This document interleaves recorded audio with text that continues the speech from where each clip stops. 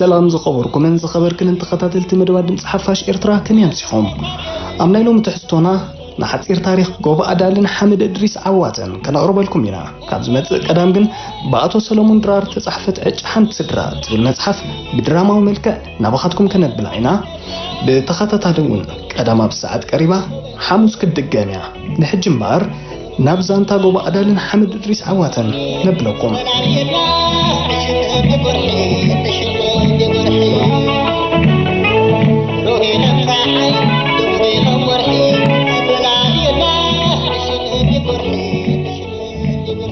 صموما نازان زنا وزما على تخصي بسعيد شفا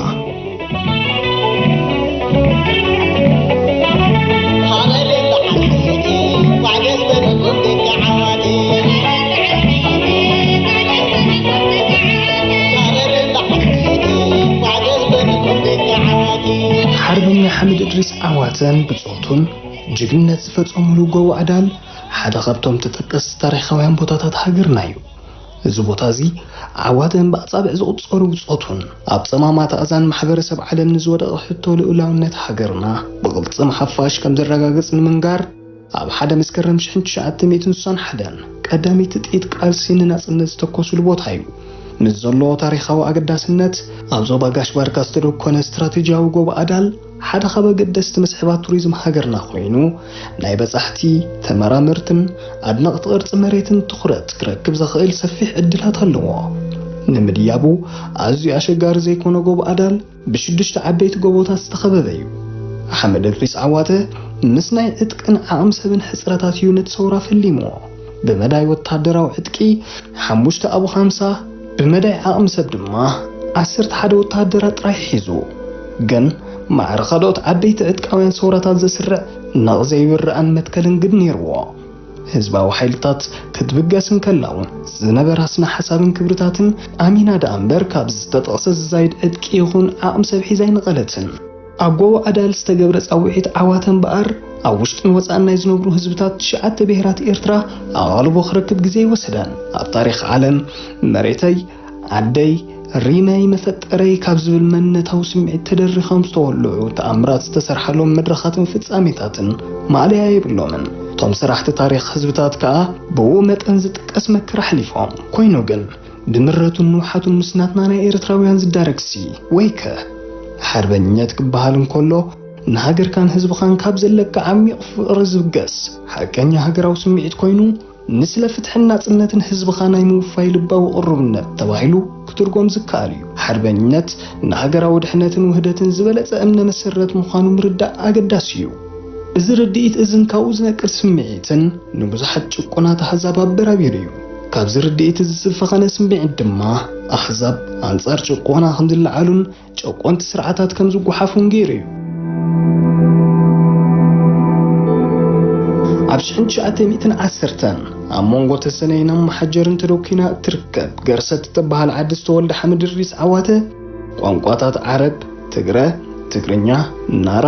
ሕዳርብን ኩናማን ጽቡቕ ምልከት ከም ዝነበሮ ኸውን እንከሎ ቋንቋ ጣልያንን ወተሃደራዊ ስለያን ክመሃር ንሮማ ምስተላእከ ኣብ ሓጺር ግዜ ተማሂሩ ከም ዝመለኾ ይትረኽ ኣምኖስ ዕድሚውን ኣጠቓቕማ ብረት ዝምልከት ዘይወግዓዊ ስልጠና ካብ ወላዲኡ ከም ዝቐሰመ ዝንገረሉ ሓመድ ኣብ መበል 25 ዓመቱ ዓስከር ጣልያን ኮይኑ ንኸገልግል ብኢጣልያውያን ገዛእቲ ተኸትበ ኣብ ካልኣይ ኩናት ዓለም ሰራዊት ዓባይ ብሪጣንያ ኣብ ልዕሊ ባዕዳውያን ገዛእቲ ጣልያን ድሕሪ ዝተጎናጸፉ ዓወት ሓመድ ብምዕራባዊ ቆላታት ኤርትራ ክሰፍሩ ይተራእዩ بعداو مجزأت كتصور زي كأل عواته مودعتان وتهدروا محدار بريطانيا مقوامن أنصارو زعلم جوسواس نمكياد تبجسه بتوسخ معرتي أب كل خرنعات هاجرنا زكاير زنبرة دبلوماسيا وقلسي ناس إيرتراويت هاجر مسرات بسلام ومجد خسرح جمرة محدار بريطانيا سيعبوز مس أسرعات هاي لسلاسينا إثيوبيان نسو زخطلو حزباو سقاين ناي عواتنا يقالسون نبزل على ملكو خمس قصلي جيرو وتهدراو تكالات سرعات هاي لسلاسيون نمنقصاص عواته بعبد تخرتن طرطرن كريون قبو مكتال كغورو لنيوم تقسيبهم كموتيت دما حيلتات بوليس نايت سرعات ارشان شعات ميتن سوسان حدن عواته او عدو ازنجي امن خمارخو عبوديت علم اتتبعن بلحن عواته قدا ብምዕራባዊ ወገን ኣውርደት ናብ ዝርከብ ኣዳል ዝበሃል ስትራቴጂያዊ ጎቦ ግልል ክብል ይመሪጹ። ሰበስልጣን ናይቲ ስርዓት ንናይ ዓዋተ ሰውራ ናይ ምብጋስ ምድላዋት ብእዋኑ ንምሕምሻሽ ላዕልን ታሕትን ክብሉ ተራእዮም። ብህፁፅ ንዓዋተ ኣብ ቀይዲ ንምእታው ከዓ 6 ናይ ጽዕነት መካይን ዘኽተተ ሓደ ወታደራዊ ኣሃዱ ኣበገሱ። ወላ ሓንቲ ከይገበሩ ግን ቀዳማይ መደቦም ፈሺሉ ካልእ ሜላ ሃሰውና ምባል ከዓ ኣተው። ሰላማዊ ስምምዕ ምስ ዓዋተ ናይ ነዊሕ እዋን ዓርክን መቓልስትን ዓዋተ ዝነበረ መሐመድ አልሐሰን ዱሓን ምስ ኤሪትሪያ ሓዲስ ኣብ ዝገበሮ ቃለ መሕተት ከም ዝገለጾ ዑመር ሐሳኖን ኢጀል ዓብዱራሕማንን ኣብ ነሓሰ 1961 ዓዋተ ተቃውሞ ንኸቋርጽ ምሕጽን ተቐሪቦምሉ። ዓዋተ ድማ ዕጥቃዊ ቃልስና እነቋርጽ ባንዴራ ኢትዮጵያ አውሪድኩም ባንዴራ ኤርትራ ምስ ተሰቕልዋ ጥራዩ ዝብል መልሲ ሂብዎም። ድሕሪ ውሕዳት መዓልታት ኣብ 1 መስከረም 1961 ብዓዋተ ዝምርሑ 11 ሓርበኛታት ኣብ ጎቦ ኣዳል ኣብ ዝርከብ ናይ ፖሊስ ኬላ መጥቃዕቲ ኸፈቱ። ኣብ መንጎ ሓይሊ ዓዋተን ገዛኢ ሓይልን ድማ 7 ሰዓታት ዝወሰደ ሓያል ኩናት ተኻየደ። እታ ንዝቐጸለ ባርዕ 30 ዓመት ዘናኸሰት ተኹሲ እታ ንመድረኽ ዲፕሎማስያዊ ቃልሲ ዓጽያ መድረኽ ዕጥቃዊ ቃልሲ መሪቓ ዝኸፈተት ተኹሲ እታ ናይ መጀመርያ ኣይፋል መግዛእቲ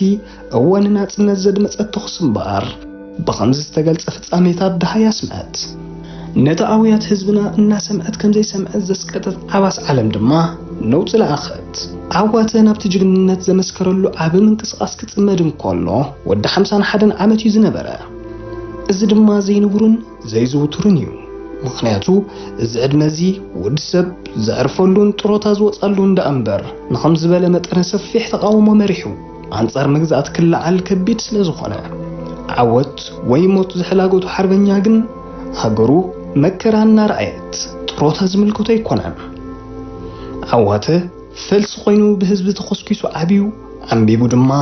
ናጽነት ፈርዩ 28 ጉንበት 1962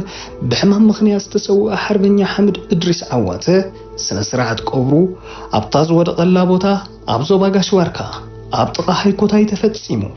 ኣብ 1 መስከረም 1994 ድማ መንግስቲ ኤርትራ ንኽብሪ ናይ ሓርበኛ ኣብ መቓብሩ ሓወልቲ ሃኒጽሉ። ብዘይካዚ ኣብ 16 ጥቅምቲ 2011 ሓርበኛ ሐመድ እድሪስ ዓዋተ ኣብ ከተማ ቦሎኛ ሞንተዝ ናይ ሃገረ ጣልያን ብክብ ዝበለ ስነ ስርዓት ተዘኪሩ ውዒሉ። ኣልዶምሮ ኣብ ዝበሃል ሰፊሕ መናፈሻ ብፍላይ ድማ ጋርደን ኦፍ ዘ ጀስት ኦፍ ዘ ወርልድ ኣብ ዝበሃል ፍሉይ ክፋል ናይቲ መናፈሻ እውን ስሙ ኣብ ሓደ ገረብ ከም ዝውቅጥ ተገይሩ። በዚ ድማ ሓደ ካብቶም ዜጋታት ናይ 9 ሃገራት ንናጽነትን ፍትሕን ህዝቦም ጅግንነት ዝፈጸሙ ተባሂሎም ኣስማቶም ኣብ 9 ግራብ ዝተወቕረ ሓርበኛታት ኮይኑ ህይወት ሓርበኛ ዘርኢ ናጽነት እዩ ዝብል ጥቕሲ ናይ ቶማስ ካምበል ኣሎ። ዘርኢ ጥራይ ዘይኮነ ግን ናጽነት ንኽትዓኮኽ ንኽትዓብን ንኽትብልጽግን ሓርበኛታት ከድልይዋን ኣይግድን እዩ። ኤርትራ እምበኣር ቤት ሓርበኛታት ክሳብ ዝኾነት ንዘለዓለም ልኡላውነት ዓቂባ ክትነብር እያ። ታሪኽና መሰረት መንነትና ክሳብ ዝኾነ ጅግንነት ዝተፈጸመሎም ታሪኻውያን ቦታታት ሃገርና እውን ኣካል ባህላዊ ውርሻታትናን ቱሪዝማዊ ጸጋታትናን እዮም። ሓበን ቃልስና ዝኾነ ጎቦ ኣዳል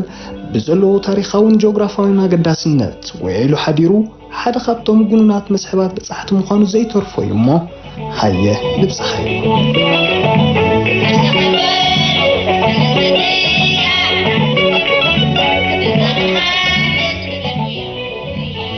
ዝኸበርኩምን ዝኸበርክንን ተኸታተልትና ካብዚ መጽእ ቀዳም ብኣቶ ሰለሞን ድራር ተጻሕፈት ዕጫ ሓንቲ ስድራ እትብል መጽሓፍ ቀዳማይ ክፋላ ናብኻትኩም ከነብል ኢና። ክሳብ ሽዑ ግን ሰላም ቅነ